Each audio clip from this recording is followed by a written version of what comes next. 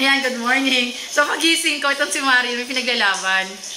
Dumating kasi kagabi yung credit card na hindi ko naman in-apply. At the same time, ay hindi ko rin naman siya talaga. Teka lang. Ito, tontuwa siya kasi it's gold credit card with credit limit na 85,000. Tapos, pwede ka magka-advance sa 25K.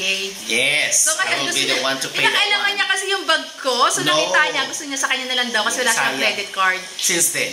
I don't know why. Bakit ako lagi yung pinapadala ng bag ko? Bakit siya hindi? So, ngayon, my objective is to cut this card. No! Throw it into the garbage. No. Kasi, if I will give this credit card to him, I know he will swipe it and I can't. And get the cash advance. Support. No! Mag-apply ka na lang ng sayo, then I'll gonna destroy this one. Kasi, mahirap kasi na yung credit card ko, siya gagamit. Uy!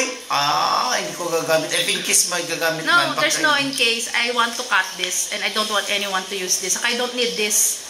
Sabi niya in case of emergency. In case of emergency, ayokong kumapit sa credit card. Kasi mahirap eh. Akin na, scissor. No! Ay naku, akin na scissor. No! Daddy, alam mo dapat ang mindset ng tao ganito.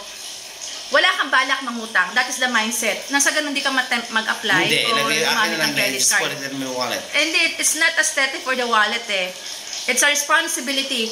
Once na meron ka nito sa wallet, let's say nasa mall ka, kahit meron kang cash or you don't need this, matitem ka talaga siyang gamitin. Kaya ang advice ko sa lahat dyan, never apply credit card because you don't need credit card. No, we're not applying credit card naman ako. Hindi ko tayo na-apply kung sa dumating. But what I mean is, never try having credit card. At if ever na may dumating, like nang nangyari sa akin, which is gold credit card with 85,000. Gold, I want gold. With 85,000 credit limit, with 25K cash advance, never be tempted to use it, no? Kaya the goal is to destroy it. No, scissor. Dati hindi nga pwede.